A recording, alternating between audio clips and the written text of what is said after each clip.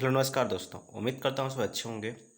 और आज का टेस्ट जो है बहुत ही इंपॉर्टेंट टेस्ट है दोस्तों। आज हमने बहुत ही अच्छे अच्छे क्वेश्चन लिए हैं। वैसे तो डेली अच्छे क्वेश्चन ही होते हैं, लेकिन आज जो अच्छे क्वेश्चन है मतलब जो कहीं ना कहीं किसी एग्जाम से पूछे गए हैं और ऐसे मतलब इससे जुड़े हम और सारे क्वेश्चन को डिस्कस करेंगे। तो उम्मीद करता हूँ आज का जो टेस्ट है आपको अच्छा लगने वाला है, आपको पसंद आने वाला है। तो अगर दोस्तों आपको ये टेस्ट अच्छा लगता है, हमारी मेहनत अच्छी लगती है, तो अपने दोस्तों के साथ इस वीडियो को शेयर जरूर किया कीजिए, ठीक है। चलिए आज के टेस्ट की तरफ आगे बढ़ते हैं।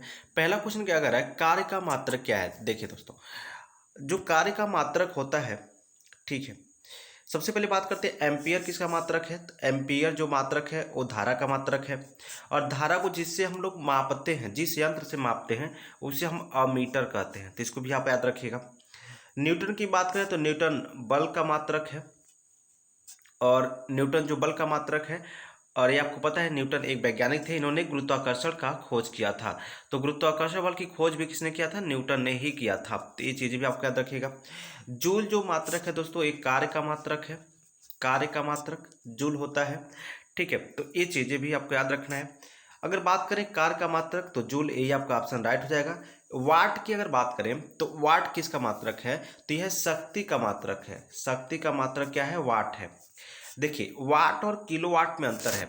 जो किलो वाट होता है, ठीक है, किलो वाट होता है, ठीक है, ये किसका मात्रक है, तो याद रखिए किलो वाट जो मात्रक है यह ऊर्जा का मात्रक है। किसका मात्रक है, ऊर्जा का मात्रक है किलो वाट। लेकिन वाट की बात करें तो यह किसका मात्रक है, शक्ति का मात्रक है। इसके बाद अन्य मात्रक का अगर बात करें तो उसको भी डिस्कस कर लेते हैं। जो आपका बोल्ट जो मात्रक है, बोल्ट, यह किसका है, विभवांतर का है, विभवांतर का। जो आपका एम्पियर आपका हो गया किसका, धारा का। कूलाम जो मात्रक है, कूलाम, कूलाम ये आपका आवेश का मात्रक है, आवेश। उसके बाद जो गैलन है, गैलन, गैलन ये आपका धारिता का मात्रक है। किसका मात्रक है, धारिता का। जो बैरल है वो भी धारिता का मात्रक है। देखिए गैलन और बैरल ये दोनों किसके मात्रक हैं, धारिता के मात्रक हैं। इसके अलावा अन्य भी और मात्रक आपको याद रखने हैं। फैदम की बात करें, फैदम, फैदम से हम लोग समुद्री गहराई को मापते हैं, और एक फैदम बराबर होता है 6 मीटर। एक फैदम और कितना होता है, 6 मीटर होता है, ठीक है। और फैदम से हम लोग समुद्री गहराई को मापते हैं। उसके बाद बात करें मोह, जो मोह है यह कठोरता का मात्रक है। किसका है, कठोरता का। इसको भी आप याद रखिएगा। जो डेसिबल है, डेसिबल इसका मात्र ध्वनि की तीव्रता की मात्रक क्या है, डेसिबल है, ठीक है। इसको भी आप याद रखेंगे, डेसिबल। आवृत्ति किसका मात्रक है, तो आवृत्ति आपका जो मात्रक है वो, आवृत्ति का मात्रक क्या है, तो हर्ट्ज जो है आवृत्ति का मात्रक है, ठीक है।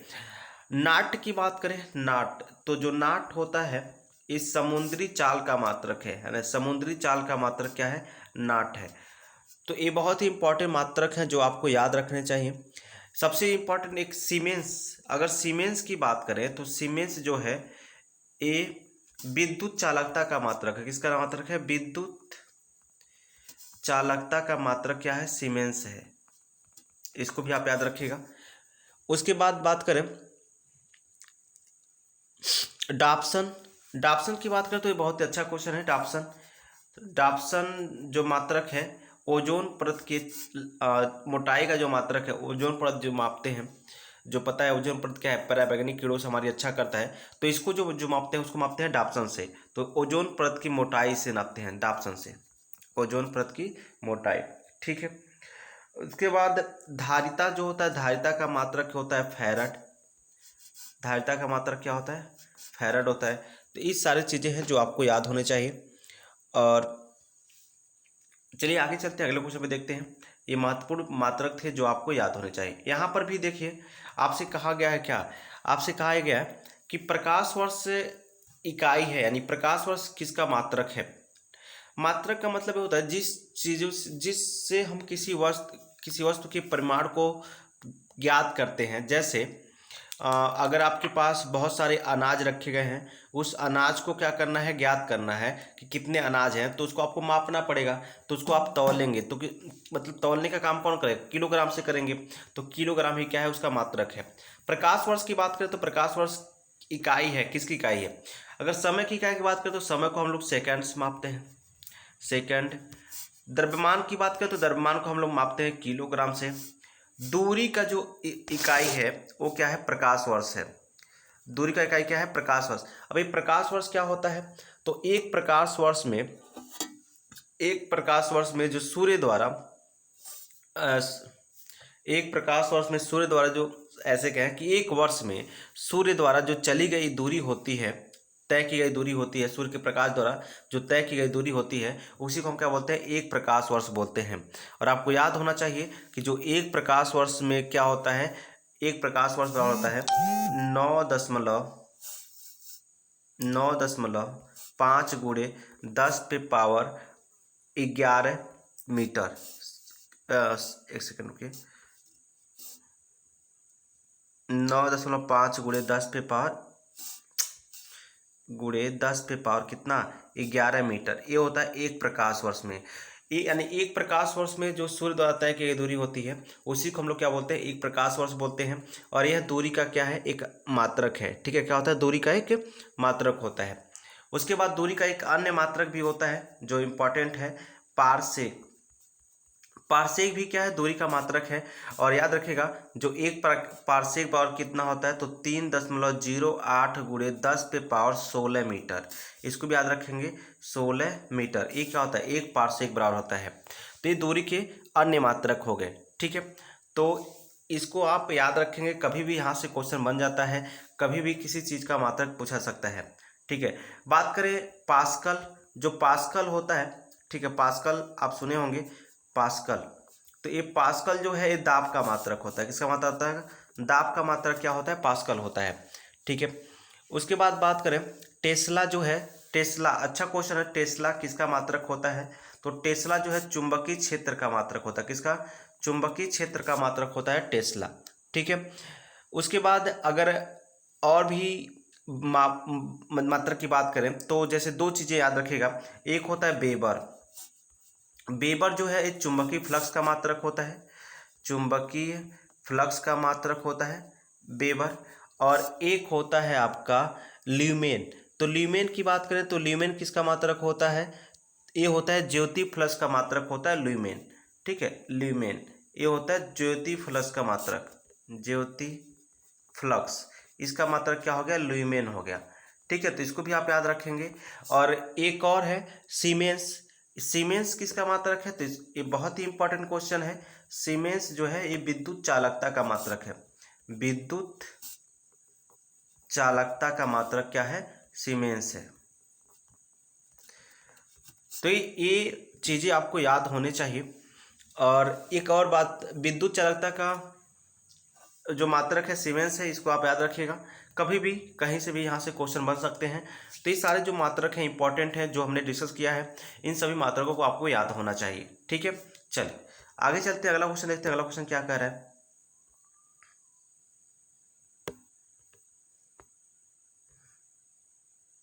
ये क्वेश्चन कुछ कटा कटा सा है दोस्तों। ठीक है, तो इस क्वेश्चन को क्लियर नहीं लग रहा है क्वेश्चन क्या है। चलिए आगे चलते हैं, अगला क्वेश्चन देखते हैं। रॉकेट किस सिद्धांत पर कार्य करता है? तो बात करें रॉकेट की, तो आपको पता होना चाहिए रॉकेट जो है वैसे किस नियम पर काम करता है? तो न्यूटन के तीसरे नियम पर काम करता है। न्यूटन के तीसरे नियम पर कार्य करता है रॉकेट। किस सिद्धांत पर काम करता है? तो संवेग संरक्षण के सिद्धांत पर काम करता है। ठीक है, संवेग संरक्षण के सिद्धांत पर काम करता है, न्यूटन का तीसरा नियम। तो इसे भी आपको याद रखना होगा। ऊर्जा संरक्षण का नियम क्या कहता है? तो ऊर्जा संरक्षण का नियम ये कहता है कि जो ऊर्जा है इसको हम ना ही नष्ट कर सकते हैं और ना ही उत्पन्न कर सकते हैं। ऊर्जा को हम बस एक फॉर्म से दूसरे फॉर्म में कन्वर्ट कर सकते हैं। जैसे आपको पता है कि जो माइक होता है, माइक जो है ये क्या करता है? ध्वनि ऊर्जा को बदलता है विद्युत ऊर्जा में। तो बस हम इसको कन्वर्ट कर सकते हैं, लेकिन इसको नष्ट नहीं कर सकते। तो याद रखिएगा, ऊर्जा संरक्षण का नियम क्या कहता है कि ऊर्जा को ना ही हम उत्पन्न कर सकते हैं और ना ही नष्ट कर सकते हैं। देखिए, एक है बर्नौली का प्रमेय। तो इसको बहुत ही इंपॉर्टेंट प्रमेय है। ये क्या कहता है कि अगर किसी बंद पाइप में, यानी जो पाइप जो है मतलब किसी बंद पाइप में एक द्रव प्रवाहित हो रहा है ना, द्रव। तो ये द्रव जो है बंद पाइप की प्रत्येक बिंदु पर, ठीक है, इनका जो कुल ऊर्जा होगा, कुल ऊर्जा का मतलब क्या है, इसमें कौन कौन सी ऊर्जा हो सकती है, गति ऊर्जा हो सकता है, स्थितिज ऊर्जा होती है, और फिर आपका दाब ऊर्जा होता है। तो जो कुल ऊर्जा होता है वो क्या होता है, नियत होता है। यानी कि हर एक बिंदु पर समस्त ऊर्जा का जो योग होता है वो क्या होता है, नियत होता है।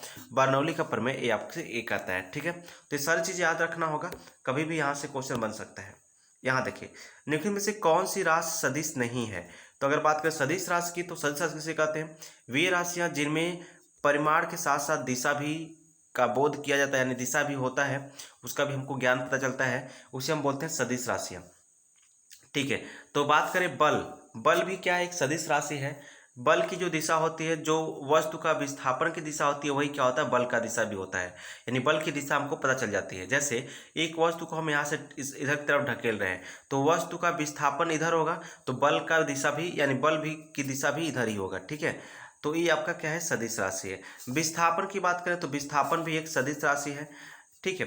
विस्थापन भी सदिश राशि है। फिर वेग भी क्या है, एक सदिश राशि है।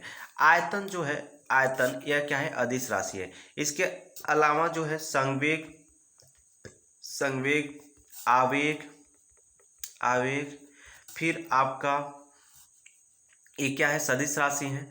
और अगर बात करें कार्य का, तो कार्य क्या है आपका, एक अदिश राशि है।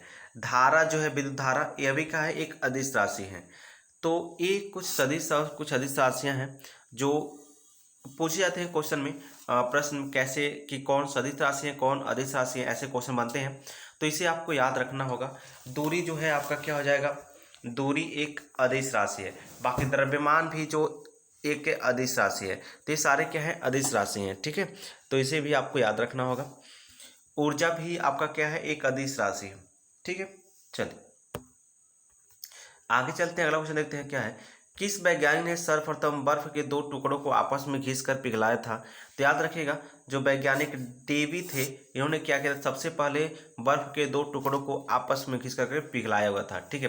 क्या होता है, जब बर्फ के दो टुकड़ों को आपस में घिसेंगे तो वहाँ पर घिसने से क्या होता है, घर्षण होता है, और घर्षण से क्या होते हैं, ऊर्जा उत्पन्न होती है। और जैसे ही घर्षण से ऊर्जा उत्पन्न होती है, तो ऊर्जा बढ़ने के साथ साथ बर्फ क्या होता है, पिघलने लगता है। तो इस सिद्धांत पर एक काम करता है। चलिए आगे चलते हैं।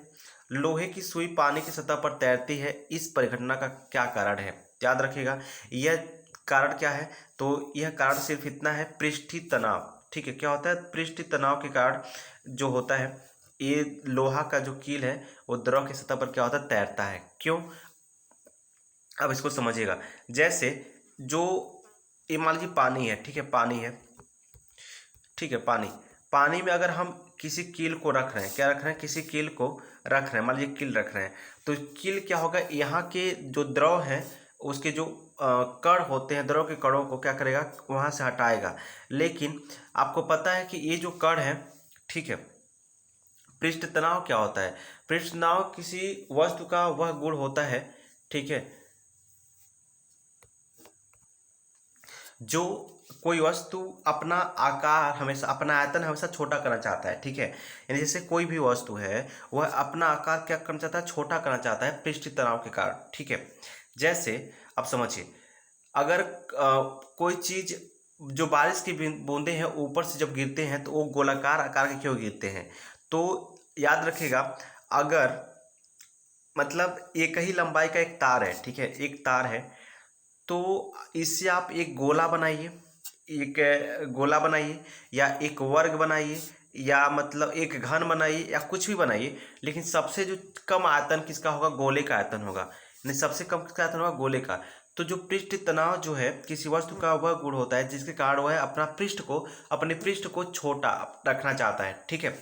तो इसी कारण क्या होता है, जैसे जब यहाँ से द्रव क्या होते हैं, हटते हैं, तो फिर वह द्रव क्या होते हैं, उसको आने का प्रयास करते हैं। जैसे मान लीजिए सुई रखने पर द्रव, वहाँ के जो कण हैं क्या होंगे, हटेंगे, और जब कण हटेंगे तो फिर वह कण क्या चाहेंगे, फिर हम अपने स्थान पर आए, जिससे सुई पर ऊपर की तरफ एक बल लगता है, जिससे आप उस चीज़ के कारण सुई क्या होती है, तैरती रहती है, ठीक है। श्यानता क्या है, श्यानता देखिए, किसी वस्तु मतलब द्रव में, जैसे आपको पता है कि ठोसों में क्या लगता है, घर्षण बल लगता है। उसी तरह द्रव के जो दो परत हैं उनके बीच में भी एक बल काम करता है, जिसे हम क्या बोलते हैं, श्यान बल बोलते हैं। और इस गुण को हम क्या बोलते हैं, श्यानता बोलते हैं। तो इसको भी याद रखिएगा। गुरुत्वीय त्वरण आपको पता होना चाहिए। जो अगर कोई वस्तु स्वतंत्रतापूर्वक ऊपर से नीचे तरफ गिर रही है तो जो एक समान त्वरण से वह एक उसके मतलब एक समान त्वरण से वो नीचे की तरफ गिरती है, ठीक है। तो उस त्वरण को हम क्या बोलते हैं, गुरुत्वीय त्वरण। और इसका मान कितना होता है, 9.8 मीटर पर सेकेंड स्क्वायर होता है, ठीक है। तो याद रखिएगा, यानी पृथ्वी किसी वस्तु में जितना त्वरण उत्पन्न करती है उसी को हम क्या कहते हैं, गुरुत्वीय त्वरण कहते हैं, ठीक है। ऐसे क्या है कि अगर कोई वस्तु स्वतंत्रता मतलब गिर रहा है तो उसमें जो त्वरण उत्पन्न होता है उसी को क्या बोलते हैं, गुरुत्वीय त्वरण बोलते हैं, ठीक है। तो सारी चीज़ें आपको याद होनी चाहिए। आगे चलते हैं, अगला क्वेश्चन देखते हैं क्या है। निम्नलिखित में से किस किरण की वेधन क्षमता सबसे अधिक होता है। देखिए, किस किरण की जो वेधन क्षमता है वो सबसे अधिक होता है, आपसे पूछा गया है। याद रखिएगा, जो अल्फा किरणें होती हैं इनका वेधन क्षमता सबसे कम। देखिए, पहले अल्फा किरण की वेधन क्षमता क्या होगा, सबसे कम होगा। फिर बीटा किरण का उससे कम होगा। और फिर सबसे अधिक किसका होगा, गामा किरण का होगा। तो सबसे अधिक जो वेधन क्षमता है वो किसका होता है, गामा किरणें की होती हैं, ठीक है। और गामा किरणें की गति भी क्या होती है, सबसे अधिक होती है। ये चीज़ आपको याद रखना होगा। यानी किसी चीज़ को पार करने की जो क्षमता है सबसे अधिक किसमें है, गामा किरणें में है। तो इसे भी आप अच्छी तरह से याद रख सकते हैं। चलिए अगला क्वेश्चन देखते हैं। अगला क्वेश्चन क्या कर रहा है, पृथ्वी की आयु का आकलन किया जाता है, किससे किया जाता है। तो याद रखिएगा, जो पृथ्वी की आयु की आकलन होती है वह यूरेनियम डेटिंग से किया जाता है, ठीक है। कार्बन डेटिंग से क्या होता है, तो कार्बन डेटिंग से जीवाश्मों का जो अध्ययन किया जाता है, ठीक है, उनका हम अध्ययन करते हैं, कार्बन डेटिंग से करते हैं। और यूरेनियम डेटिंग से हम लोग पृथ्वी का अध्ययन करते हैं। तो ये चीज़ आपको याद रखना होगा, ठीक है। और अगर जो पेड़ होते हैं उनका अध्ययन कैसे करते हैं, तो याद रखिएगा, पेड़ की शाखाओं में वलय होते हैं। उनकी वलयों की संख्या ही बताती है कि वे पेड़ का उम्र कितना है, ठीक है। अगर पेड़ में वलयों की संख्या कितनी है, 10 है, तो वह पेड़ का उम्र कितना हो जाएगा, 10 वर्ष हो जाएगा। तो इस चीज़ को याद रखिएगा, ठीक है। सर्वाधिक संख्या में समस्थानिक किसके पाए जाते हैं, तो इसको याद रखिएगा। मतलब सर्वाधिक संख्या में समस्थानिक जो पाए जाते हैं वो पाए जाते हैं पोलोनियम के। किसके, पोलोनियम के पाए जाते हैं सर्वाधिक मात्रा में समस्थानिक, ठीक है। बात करें लेड का, तो इसका जो संकेत होता है क्या होता है, पीबी होता है। और इसका जो परमाणु क्रमांक कितना है, 82 है। और यह एक धातु है जो कमरे के ताप पर द्रव अवस्था में पाया जाता है। यह एकमात्र ऐसा धातु है जो कमरे के ताप पर द्रव अवस्था में पाया जाता है। बात करें यूरेनियम की, तो यूरेनियम का जो इसको संकेत क्या है, यू है। इसका परमाणु क्रमांक कितना है, 92 है। और यह एक रेडियो एक्टिव तत्व होता है जिसका उपयोग न्यूक्लियर प्लांट में किया जाता है, यानी न्यूक्लियर रिएक्टर में, परमाणु भट्टी में किया जाता है। परमाणु भट्टी में ईंधन के रूप में, यूरेनियम के रूप में किया जाता है, ठीक है।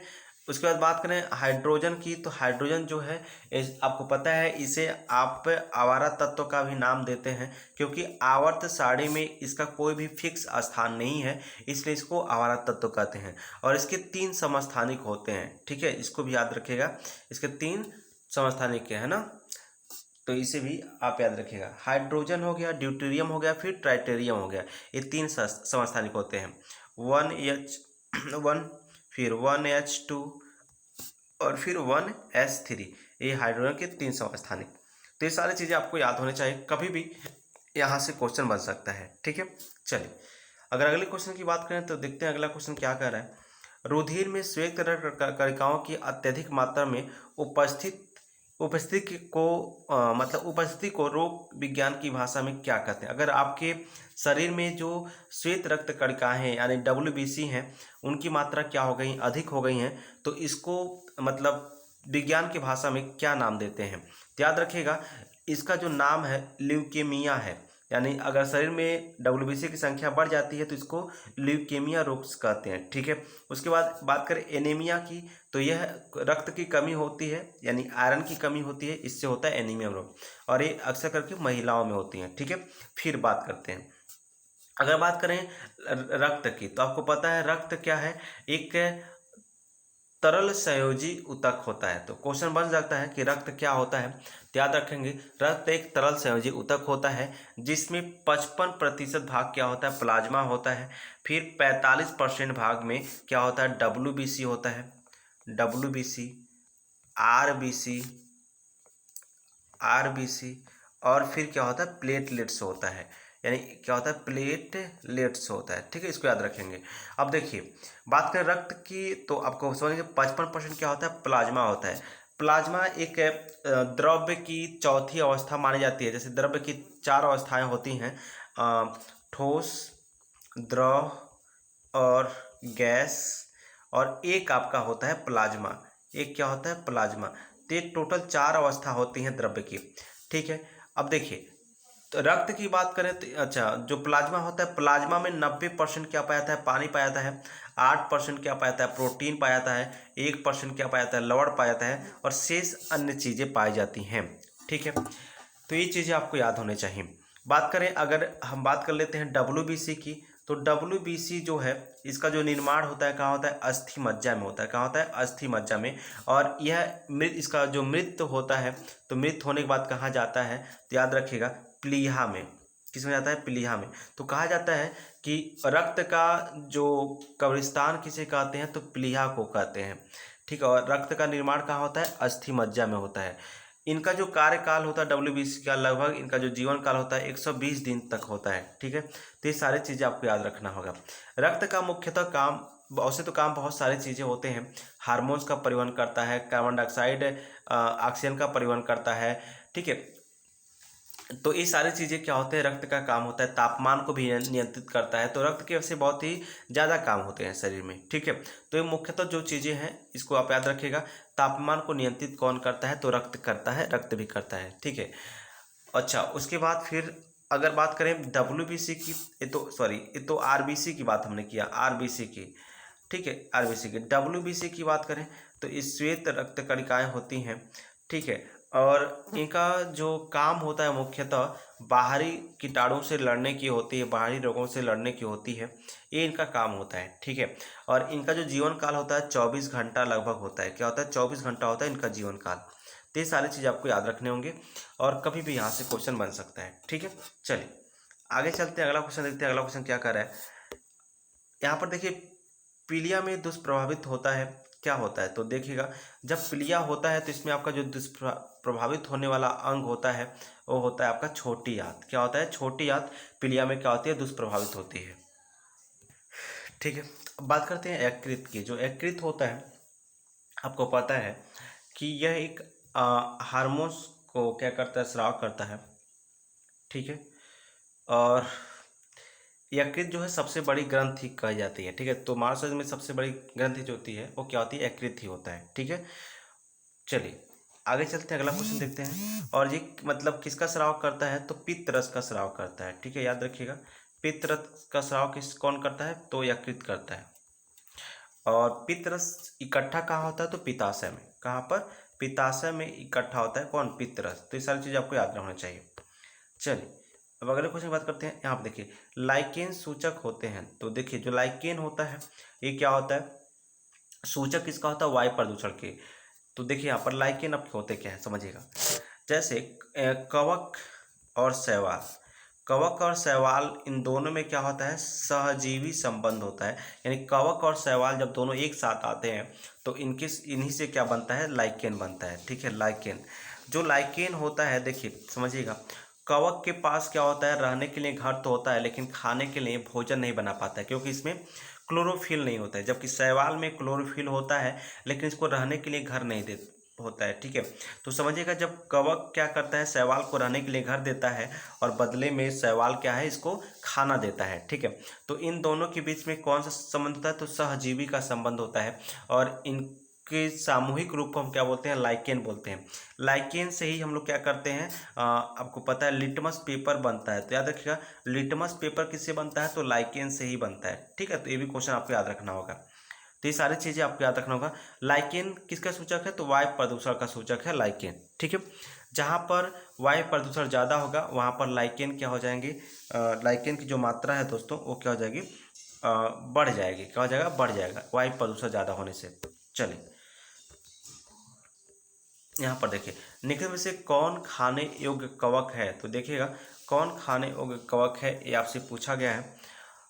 तो इसका जो राइट आंसर है वो क्या है, राइजोपोस है। जो राइजोपोस है वो क्या है, राइजोपोस नहीं, जो हाँ जो राइजोपोस है वो क्या है, खाने योग्य क्या है, कवक होता है। ठीक है, चलिए आगे चलते हैं। अगला क्वेश्चन देखते हैं क्या कर रहा है। लाइकेन जिन दो वर्ग के पौधों से मिलकर बनता है उसे क्या कहते हैं। तभी मैंने बताया कि कवक और शैवाल से मिलकर क्या बनता है, लाइकेन बनता है। ठीक है, कवक और शैवाल से मिलकर बनता है लाइकेन। तो ये सारी चीज़ें हैं जो आपको याद होने चाहिए। ठीक है, अब यहाँ पर देखिए, यहाँ पर हम कुछ क्वेश्चन डिस्कस कर लेते हैं। जैसे आपको पता है कि जीवाणु और विषाणु दोनों से क्या होते हैं, रोग होते हैं। और दोनों से रोग होने से आपसे क्वेश्चन बनता है कि निम्न रोग कौन से कमी से होता है। ठीक है, मतलब रोग दे देगा और पूछेगा कि किसके, विषाणु की कमी से होता है कि किसके कमी से होता है। ठीक है, तो इसके लिए हम एक ट्रिक बताते हैं आपको। जैसे